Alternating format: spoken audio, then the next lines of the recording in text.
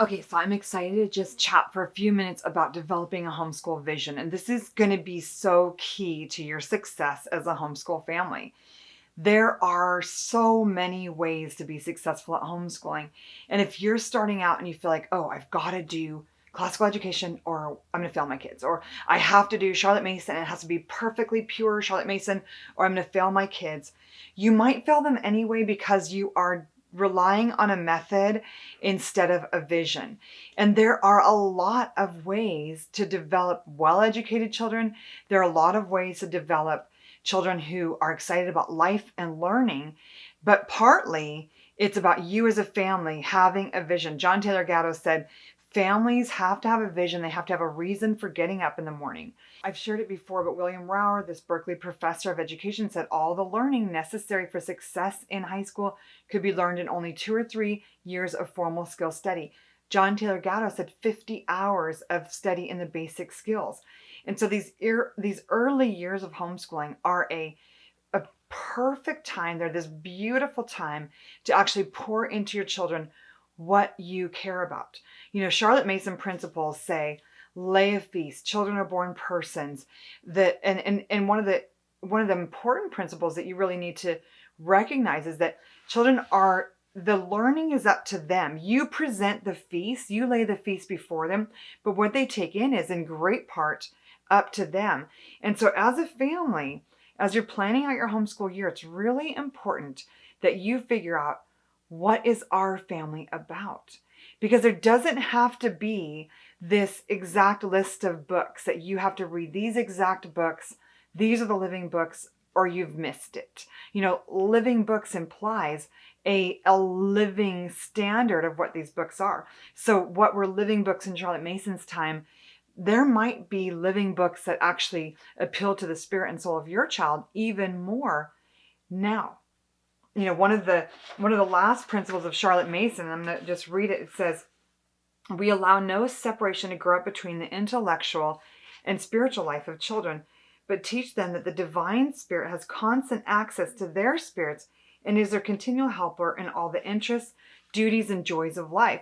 So if you're trying to present a Charlotte Mason education to your children, and yet you're relying on almost like dead works, almost a list of books that were done 100 years ago, and that is exactly what you think it has to be about, you might be missing the boat a little bit. Charlotte Mason is saying we have to rely on the divine spirit, both for ourselves and our children. And so there's an element of, as a family, deciding, okay, so I want to do, I love Charlotte Mason's emphasis on beauty and on poetry and the emphasis on spreading the feast. But how can I do that for my family? Because every family is unique, and what appeals to one family, the stories that spark joy and imagination in one family may not be the same stories that spark joy and imagination in your family. So, when we look at this idea of raising children with vision or developing our own family vision, we have to think about why. Ivan Illich, a philosopher and priest, probably Illich because it's Russian, he said, school is the advertising agency which makes you believe you need society as it is. And so even as homeschoolers, we have to be careful that we're not buying into an advertising agency that says there's only one way to do this. And if you don't do it this way, then you're probably going to fail your family or your kids. We are all unique. We're all created in the image of God. And that makes us you look at the world that he created, flowers, every color, every shape, every size, they're not all the same. And so it's really important as families that we take the time to say, what do we love as a family? What are the stories that get us excited? Because if you take one person's list of books, it just might not be the list of books that gets you and your family excited. So as a family, we have kind of taken time in the beginning of our school year, every year, to say, okay, what worked last year? What was exciting for us last year? What did we really enjoy about our last school year? And what do we want to add in this year?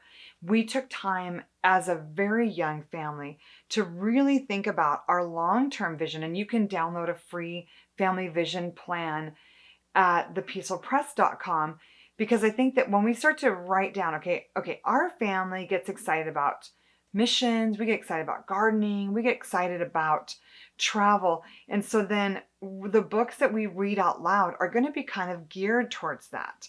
We're going to read aloud books that have stories of endurance or great leadership stories, or they're going to be tales of the heroes that we relate to. Now, maybe you're a family that is really interested in science or really interested in engineering, or your family might be really interested in classical music. And so maybe more of the hero tales that you read to your family, maybe the feast of ideas that you present to your family is going to be even more geared that way. And so it's really important as you're, thinking about your school year and you're making a plan to say, okay, what are the things that light us up?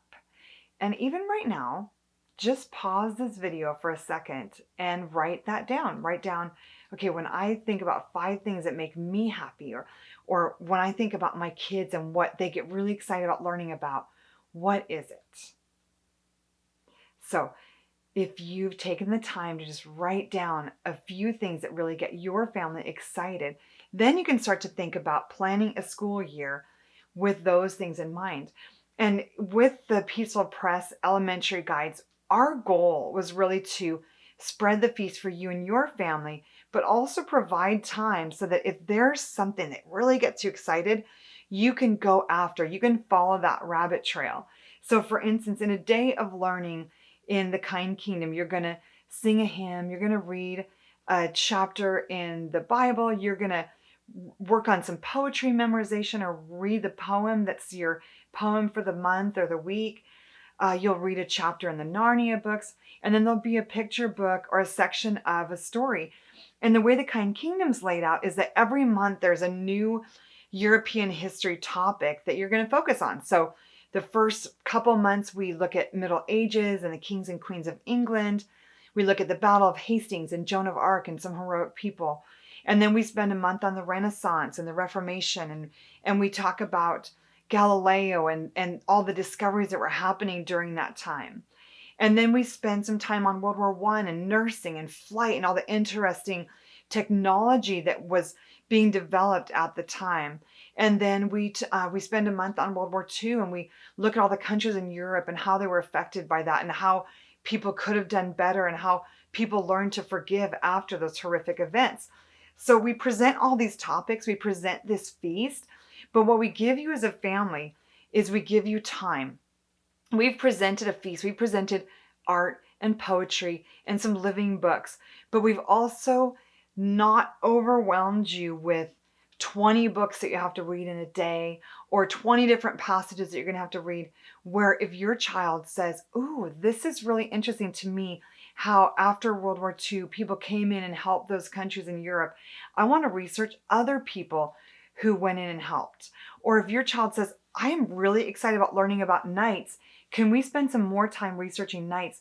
There's going to be some time in your schedule that you can chase that spark with your children, because this is our one little chance. We get these early years where we can really follow delight-led learning. There's so much different research that says, Finland, the compulsory school education isn't even until age 7. Charlotte Mason said these first 6 years should be a quiet growing time. There's a list from Harvey and Lori Bluedorn at the triviumpursuit.org that says 10 things to learn before age 10.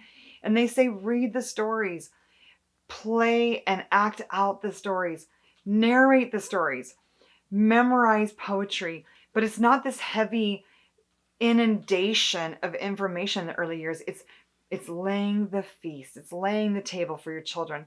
And so my prayer for you is, as you're researching curriculum and as you're looking at the Peaceful Press, that you would just get excited about the vision that God has laid on your family's life, and that you would start to develop a plan and look at guides like the Playful Pioneers, the Peaceful Press guide, the Precious People, and the Kind Kingdom as your opportunity to lay a feast for your children, but then have time to follow that spark and chase the spark of learning that is exciting to your family and your child in this new school year.